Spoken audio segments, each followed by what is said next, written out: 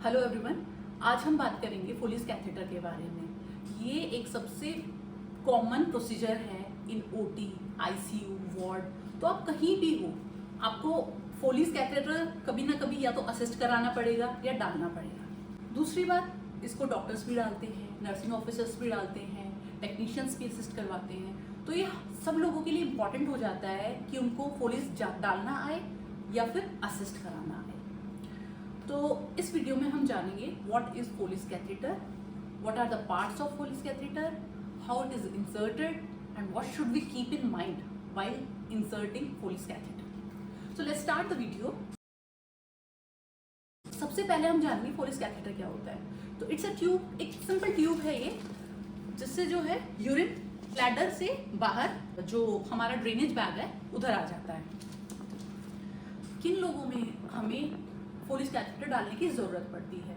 जो patient prolonged bed rest पे हैं, जैसे वेंटिलेटर पे जो पेशेंट्स होते हैं, उनमें हमें फोलिस डालना होता है। या फिर ड्यूरिंग सर्जरी, क्योंकि ड्यूरिंग सर्जरी हमें जो है इनटेक आउटपुट मेंटेन करना पड़ता है, इसीलिए कैथेटर डालना पड़ता है। नाउ तो अब हम जानेंगे कि फोलिस कैथेटर में पार्ट्स कौन से होते हैं। तो लेट्स सी, ये जो है यूरिनरी ड्रेनेज पोर्ट है, इससे आपका यूरिन बाहर आएगा और यूरो बैग में कलेक्ट होता रहेगा। First part. Second part is balloon inflation port, इसी के थ्रू जो है हम डिस्टिल वाटर इंस्टिल करेंगे और हमारा बल्ब जो है इन्फ्लेट हो जाएगा।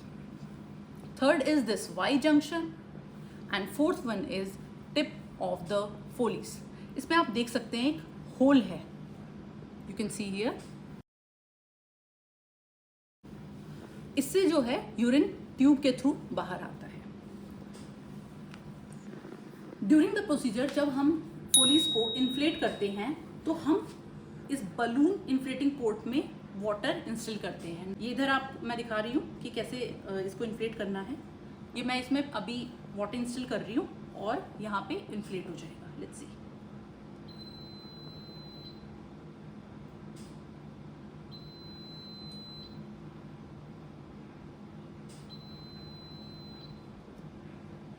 ये देखिए कि इस तरह से इन्फ्लेट हो जाता है, और इस इन्फ्लेशन की वजह से ही अगर हम इसको खींचेंगे भी तो ये बाहर नहीं आएगा।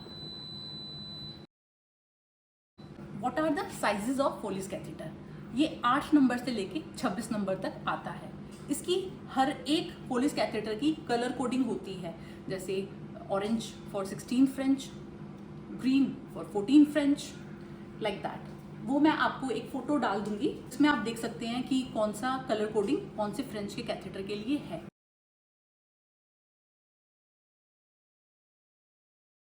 दूसरी चीज, फ्रेंच में हम कैथेटर को बताते हैं, जितना ज़्यादा फ्रेंच होगा उतना ज़्यादा कैथेटर का डायामीटर है। अब हमें पता कैसे चलेगा कि हमें कौन सा कैथेटर डालना है? तो 8 और 10 बच्चों में डाले जाते हैं, 12 to 16 जो है अडल्ट फीमेल्स में डाला जाता है, एंड 16 to 22 जो है अडल्ट मेल्स में डाला जाता है। 24, 26 या तो बहुत लार्ज अडल्ट्स होते हैं उनमें डलता है, या फिर जिसका इरिगेशन जिन पेशेंट्स में चलने वाला है उन पेशेंट्स में हम 24 या 26 डालते हैं। नेक्स्ट, हम कभी भी छोटा कैथेटर नहीं लेंगे। स्मॉलर साइज अगर कैथेटर हम लेते हैं तो इससे लीकेज का प्रॉब्लम रहता है। अगर हम बड़ा कैथेटर लेते हैं तो उससे जो है आसपास का सराउंडिंग एरिया है उसमें इरिटेशन होता है।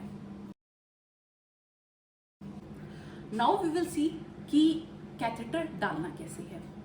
सबसे पहले हमें ये जानना पड़ेगा, catheterization is a sterile procedure, ठीक है। इसके लिए हमें स्टेराइल ग्लव्स पहनने होंगे। सबसे पहले हम जो है पेशेंट को पेंट करेंगे विद बीटाडीन। तो हम एक बाउल में जो है बीटाडीन ले लेंगे, स्पंज होल्डर की मदद से हम जो है पेशेंट को पेंट करेंगे from umbilicus to mid of the Thai.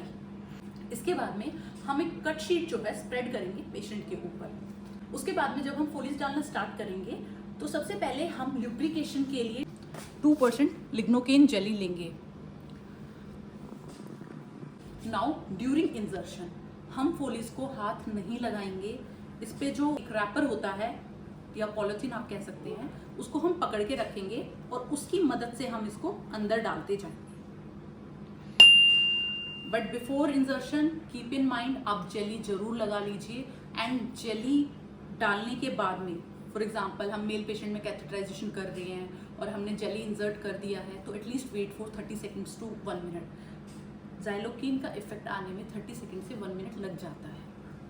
अब हम जब फोलिस डाल चुके हैं तो इसको यूरिन ड्रेनेज पोर्ट को यूरोबैग से कनेक्ट कर देंगे। फोलिस कैथेटर को हम फिक्स करेंगे अपर थाई के ऊपर। That is very important, because अगर हम नीचे करेंगे या उसे और ऊपर करेंगे तो खिंचने का प्रॉब्लम रहता है। तो always tape on upper thigh. अब सबसे इंपॉर्टेंट क्वेश्चन ये आता है कि हम नॉर्मल सेलाइन क्यों नहीं यूज़ कर सकते हैं। नॉर्मल सेलाइन हम इसमें बिल्कुल यूज़ नहीं करेंगे, बिकॉज ये over the time like 10 to 12 days के बाद क्रिस्टलाइज हो जाता है। उसकी वजह से जब हम उसे डिफ्लेट करने की कोशिश करेंगे वो डिफ्लेट होगा ही नहीं, एंड वो जो सराउंडिंग एरिया है उसको डैमेज करता है। आई होप ये वीडियो आपको अच्छी लगी हो, इन्फॉर्मेटिव रही हो। अगर आपको अच्छी लगी तो लाइक, शेयर एंड सब्सक्राइब करिए। Thank you.